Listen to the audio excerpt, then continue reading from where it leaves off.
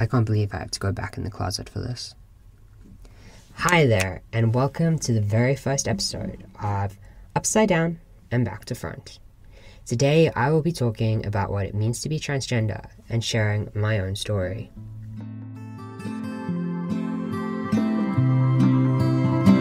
Welcome to Upside Down and Back to Front.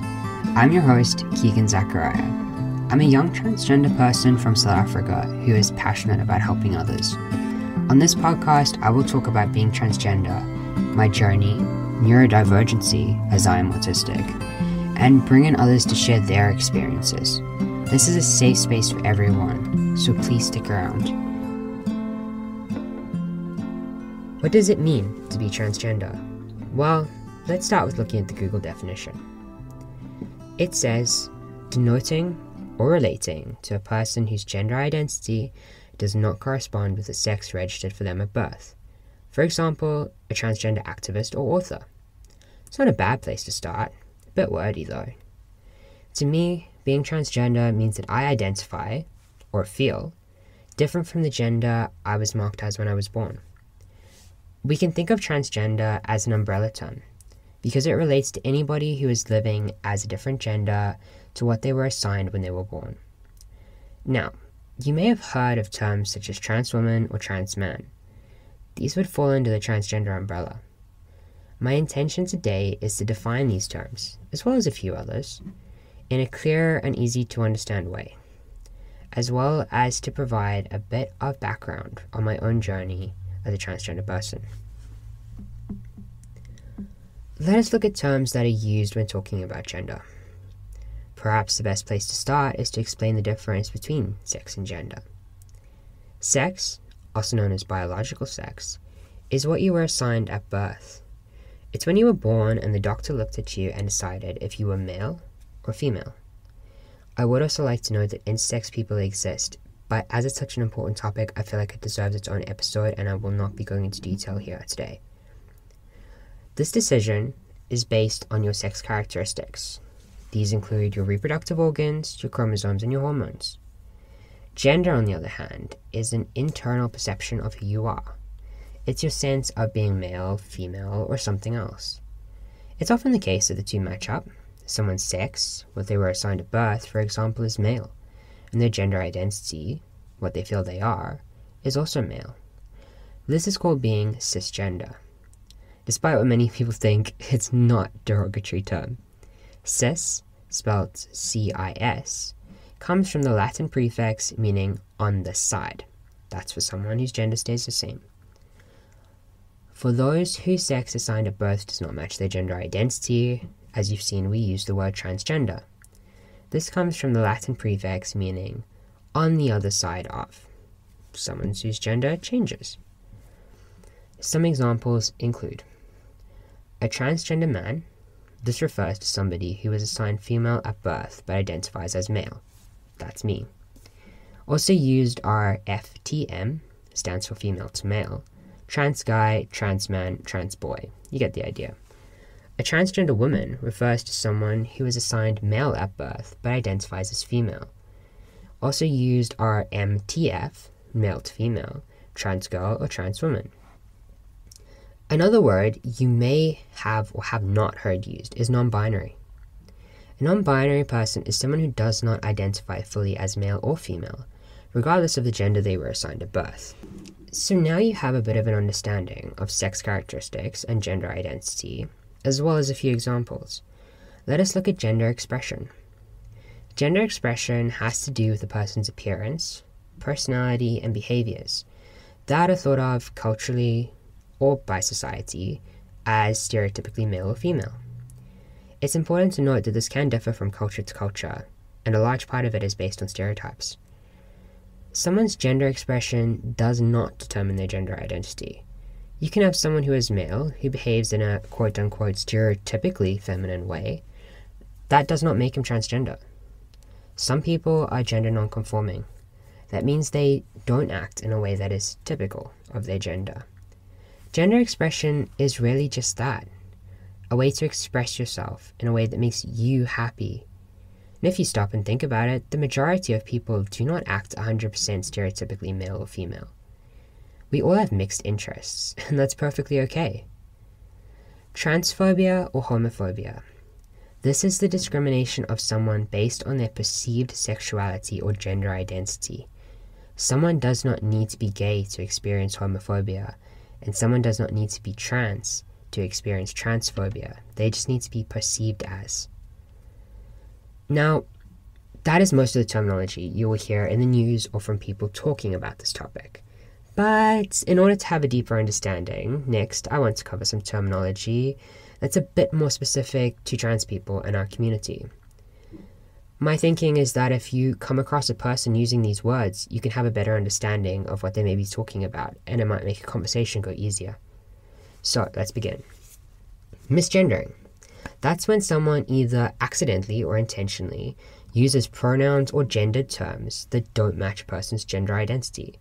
For example, referring to a trans woman as he or sir. Passing is when a trans person is seen as their gender identity instead of their sex assigned at birth. Gender dysphoria, often just referred to as dysphoria, is the discomfort a person feels because of the mismatch between their gender identity and their sex assigned at birth. Gender identity disorder is an outdated diagnosis. It used to be used for people struggling with gender dysphoria when it was thought of as a mental health condition. Thankfully, the World Health Organization declassified being transgender as a mental illness in May 2019. It took a while, but we got there. Right, so now you know the terminology. Let's get into the story. I think the best way for anyone to understand and learn is through people just sharing their own experiences. A bit of background on me. My name is Keegan. I am 21 years old and I live in Durban, South Africa. My favorite game is Animal Crossing. I have 4 brothers. Yes, 4, I know. And I work with my family, both biological and adopted, as a heat treatment technician. I am transgender. I have been on hormones for 3 years as of the 28th of May.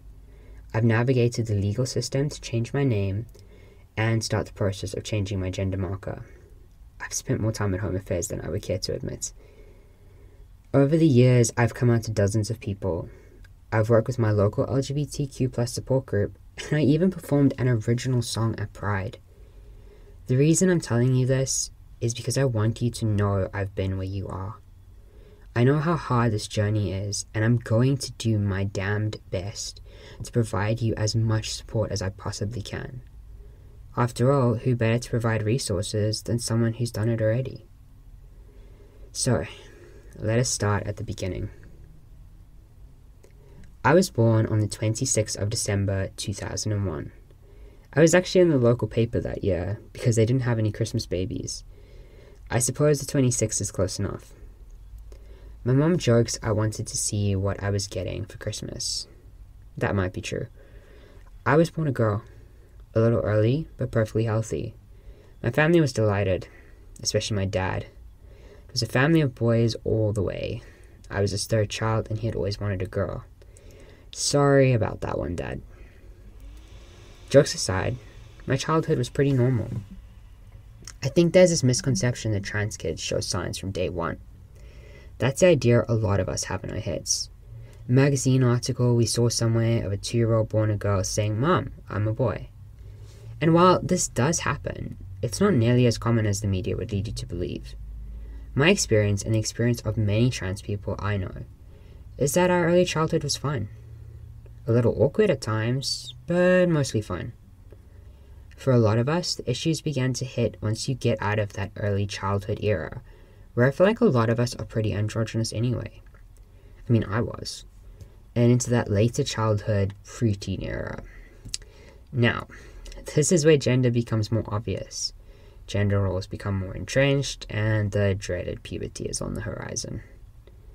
For me, this was terrifying. And I think as a sort of coping mechanism, I just pretended it didn't exist. I was pretty convinced it wasn't going to happen to me. Female puberty sure as hell wasn't coming anywhere near me. That would be so wrong. The idea of growing up and quote-unquote turning into a girl was not only impossible to me, but it also made me sick to my stomach. I think it's kind of interesting to note that whenever I thought of puberty, I thought of it turning me into a girl against my will. This shows I never really thought of myself as a girl even then. Through learning about it at school and getting the talk from my mom, I still remained aloof. Unfortunately, as time went on, it got harder and harder to ignore. In the beginning, I was so annoyed. I felt like someone had made a mistake, and I had the mentality of waiting it out till God or the universe realized it and set things right. I couldn't stomach the thought of being stuck like this forever. But then I started my period, and that hope of all this being sorted out was shattered. That was the start of some of the hardest years of my life. I would spiral into self-loathing every month when it came around. I couldn't bear it. I was so angry all of the time. Why hadn't the universe realized its mistake? Why was it putting me through this? I wished at every opportunity for it to go away. Eyelashes, birthday cakes, shooting stars, fountains, you name it, I probably tried it. But it didn't work, and I couldn't figure out what was wrong with me. I knew this amount of anguish wasn't normal, but I didn't have the vocabulary to describe or understand it. That is, until one day, I saw an article online about being transgender. Something in me clicked. I no longer felt like a terrible human being, or some weirdo. I felt seen. I dove headfirst into research, YouTube being my biggest resource at the time. I binged watched creators like The Real Alex Birdie, Jamie Dodger, Adian Darling, and so many more. Although I had a lot to learn, as this wasn't something I'd ever really known about, it was somewhat intuitive. It all made so much sense to me, it was easy for me to understand. And I needed to explore the possibility that I was trans. It was giving me hope. People often gloss over this, but experimenting is actually really important. Only we can know ourselves best, and that often involves going through a period of trying to understand ourselves. This is where the internet is a huge asset, or at least it was for me. It provided the opportunity for low-risk experimenting. Social media has the potential to be completely anonymous, and I used this to my advantage. I created profiles on platforms like YouTube and Instagram, and Amino. I don't even know if that's still around anymore. Using a gender-neutral name and at first gender-neutral pronouns as well. This allowed me to interact with people using this identity and see how it made me feel. I was able to experience what it felt like to be referred to by a different name and different pronouns. Just as importantly, though, was the fact that it gave me the freedom to ask questions and look for advice. I didn't have to worry about anyone's opinions because they didn't know it was me. I followed people who were trans, who were active in the community or vocal about their support of it. I made friends with other people my age online, some of whom were also going through similar things. This gave us the opportunity to support each other, chat through things we were struggling with to people understood. And after a while of using a gender-neutral name, I went for a very generic name. Max originally and Sam thereafter. I know. I realized although being referred to in a neutral way and using they/them pronouns made me feel a whole lot better than being seen as a girl, it still didn't ease my discomfort completely. I didn't want to be seen as neutral. I wanted to be seen as male. So, back to the drawing board. I went with the name Ridian from a TV show I was obsessed with at the time. It's Wolfblood, if you're curious. And I think I only have actually watched the first 2 seasons, so I don't know. Anyway, I was also into writing at the time, so I was pretentious as all hell, and my pen name was Ridian Matthew Gray. I suppose I thought it sounded cool. I started using male pronouns. It was amazing. It felt so normal, so natural. I was so much more confident. Having that safe space online gave me the time I needed to process things and come to understand myself, and most importantly, accept myself. Offline, however, things were a lot more complicated. I'm going to talk a bit about it here, but I'll go into more detail in an episode that deals with coming out. Hopefully there I can give some advice about how to come out and how to deal with negative reactions.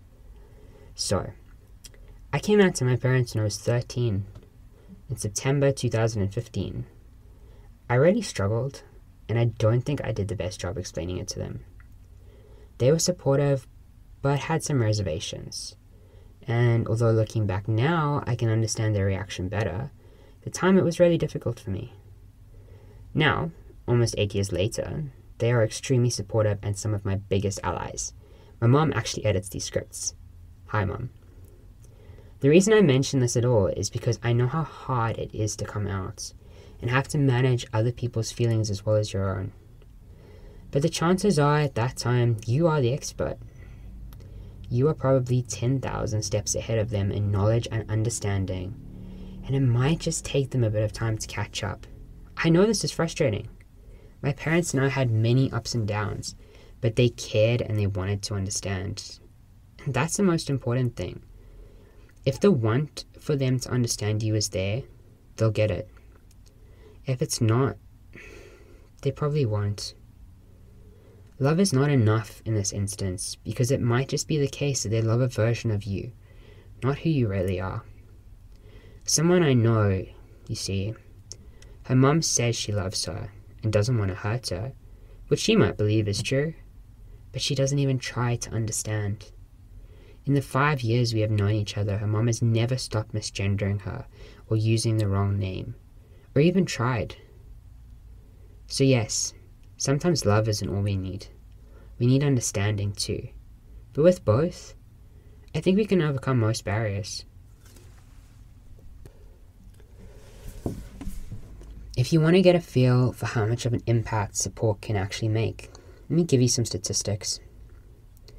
In a national survey done by the Trevor Project, it's a great organization you should look into, shows the suicide attempt rate of LGBTQ plus youth without an accepting adult to be 27.3%, versus 17 if they have at least one accepting person in their lives. That's a huge difference that we can make in somebody's life. All it requires is for us to be accepting of the LGBTQ plus people in our lives. To end this episode, I would just like to say thank you to the people in my life who support me, to everyone who has helped make this dream of starting a podcast real. My mom for editing my scripts and for coming up with the logo. My dad for paying for my Canva subscription so I could make said logo and printing the scripts for my mom to proofread, and buying me my first camera and microphone years ago, which kickstarted this whole interest. To Kim and Angela for giving me the go-ahead on this project and believing in me. To my family at work, Cub and Sophiso, for listening to me talk about this 24/7, for helping make me a desk, and for letting me steal the office whiteboard for planning. To my grandparents and brothers, for being so patient now and in the upcoming weeks with the fact that I am just so busy and I haven't had as much time to spend with you. To the advocacy team and all the amazing humans I have met through this journey, thank you for your unwavering support. My friends and family and colleagues, thank you for your support of me over the years. And even to the people who weren't supportive, thanks for showing me who I don't need in my life, teaching me not to care what other people think and how to set boundaries. I hope you find peace. And most of all, thanks to anyone who listened. I hope to be doing this for a long time. Stay safe, be kind, and you are worth so much more than you could ever know.